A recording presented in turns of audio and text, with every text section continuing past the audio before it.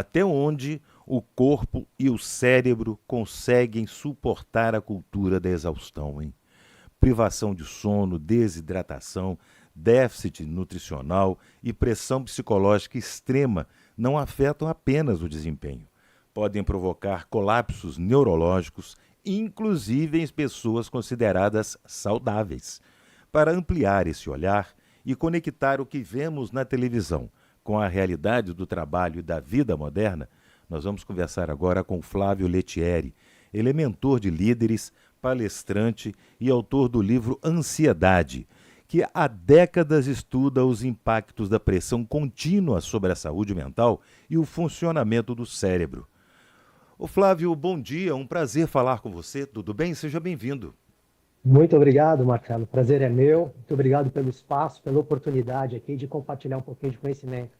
Muito importante, inclusive. Quando nós vemos uma convulsão em um reality show, muita gente, né, trata como algo pontual, tá? Do ponto de vista da saúde mental, no entanto, e neurológica, o que esse tipo de episódio realmente nos alerta? Então, acho muito interessante sua pergunta, porque isso que acontece não é normal. O que está acontecendo não é normal.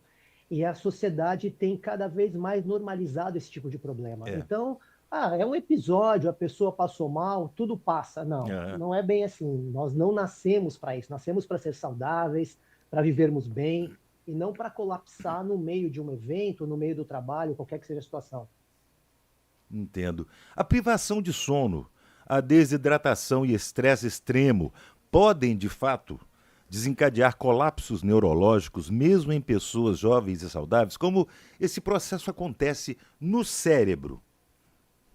Especificamente no caso do Big Brother, foi uma série de fatores. A Hum, questão da privação do sono, a questão da privação da água, mas eu acho que o fator mais relevante é o estresse emocional a que a pessoa estava submetida. Havia muita coisa em jogo ali, muita pressão emocional, a expectativa de ganhar uma prova, a expectativa de vencer um reality show. Então, tudo isso somado potencializou o que aconteceu com o ator Henrique Castelli. tá. É o que chamamos hoje de cultura da exaustão, trabalhar no limite, competir o tempo todo, não descansar. Essa cobrança constante, né, nesse mundo corrido e cada dia mais corrido que nós temos. Quais os riscos reais esse processo traz para o sistema nervoso? O risco ele é diário, porque nós estamos o tempo todo submetidos a essa pressão da concorrência. O que acontece, e cada vez mais com a nossa cultura ocidental, Marcelo, é É. que a gente está vivendo um modelo de mundo onde eu olho para o outro como se o outro fosse sempre um competidor comigo. É como se eu tivesse que estar o tempo todo lutando contra o mundo para poder ter o meu espaço, sobreviver. E Uhum. aqui eu quero falar sobre algo muito interessante, Por favor. trazendo um contraponto de uma cultura, que é a Hum. cultura Ubuntu, uma cultura africana. Nessa cultura acontece algo muito interessante. Então, por exemplo, você me recebeu aqui, você falou bom dia e eu retribuí com um bom dia. Sim. Lá eles não falam bom dia, boa tarde, boa noite. Quando as pessoas se encontram, eles usam uma expressão que é o savo bona. Então, se você me diz savo bona, você está me dizendo assim: olha, Flávio, eu te vejo. Mas Ah, é um ver que vai muito além do enxergar, é um ver de sim. perceber, de sentir, de reconhecer. E nesse Interessante. momento, eu te respondo com uma expressão que é o chiconá. E o chiconá é como se eu dissesse para você, então, eu existo. Ou seja, eu só existo a partir da relação com o outro. Muito Então, legal. nessa cultura, o outro é o meu complemento, o outro é o meu apoio. Só que aqui a gente vive exatamente o contrário. O outro é o meu opositor, É. o outro é o meu inimigo, é o meu concorrente, e eu preciso vencer o tempo todo, para me provar o tempo todo. E isso nos leva a um estado de exaustão constante. Uhum. E a gente está vivendo isso e o pior, como eu disse antes, normalizando isso como se É. fosse algo comum viver dessa forma. E cada dia mais normalizando, né? Cada dia mais e mais, porque exatamente isso que você falou. E muito interessante esse processo da cultura Ubuntu. Muito interessante.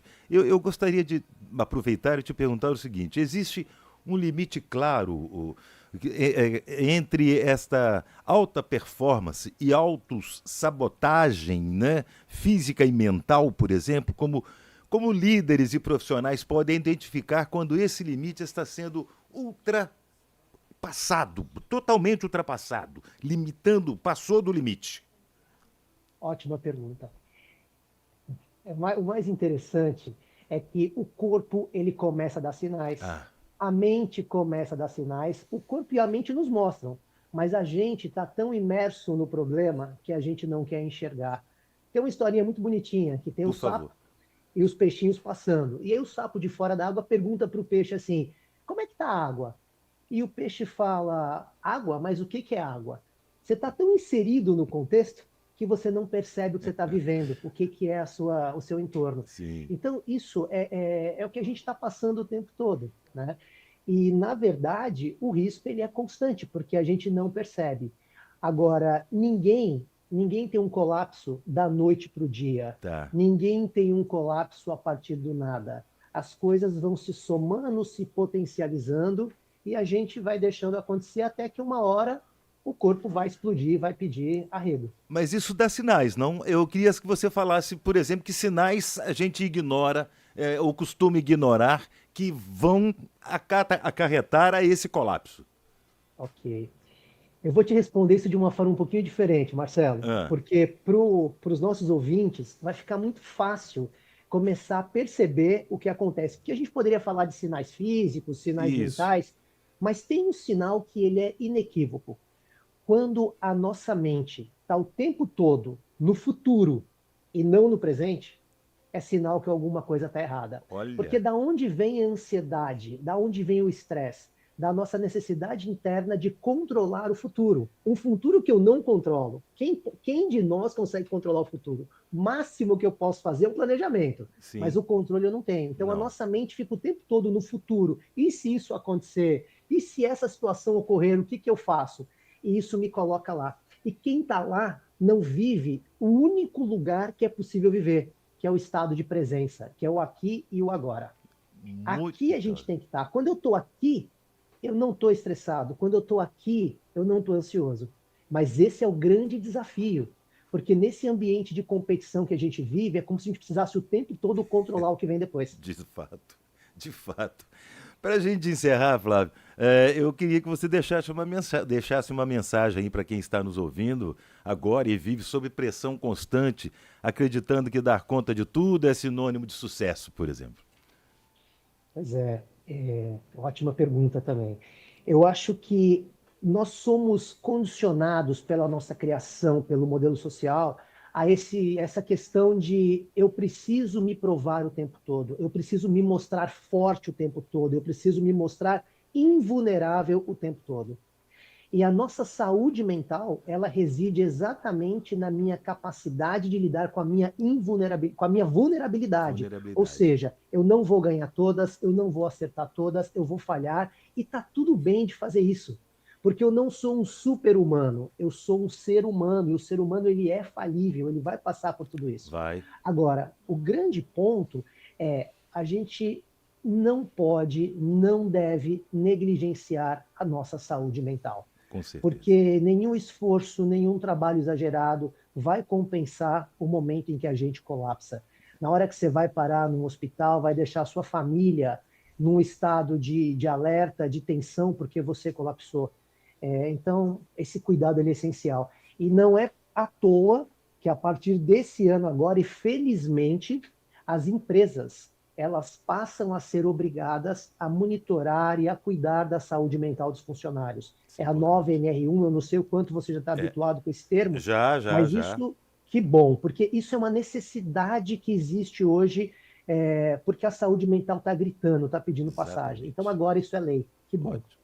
Muito bom. Ô, Flávio, você quer deixar o seu Instagram aí para quem quiser te seguir, acompanhar algumas dicas que você passa, por favor? Opa, com prazer. O meu Instagram é @letieriflávio, Letieri com dois T's. O meu canal do YouTube também tem bastante conteúdo, é o Flávio Letieri, com dois Sim. T's. E se eu puder fazer um rápido merchan, eu queria deixar a dica do meu livro. Pois é, e também queria Então, te perguntar isso, como acessar o seu livro. sim, não, é muito fácil. Procurando na Amazon, Amazon. Ansiedade. Na Ansiedade. Amazon é o melhor caminho para encontrar. Ansiedade, aprenda a conviver com ela e equilibrar bem-estar e produtividade. até porque bem-estar e produtividade não são antagônicos, eles são conectados. Ótimo. Quanto melhor eu estou, mais produtivo eu posso ser. Muito obrigado, Flávio. Um forte abraço para você. Agradeço, uma Bom honra. dia. Tchau. Grande abraço. Um ótimo ano para você, Marcelo. Igualmente, para nós todos.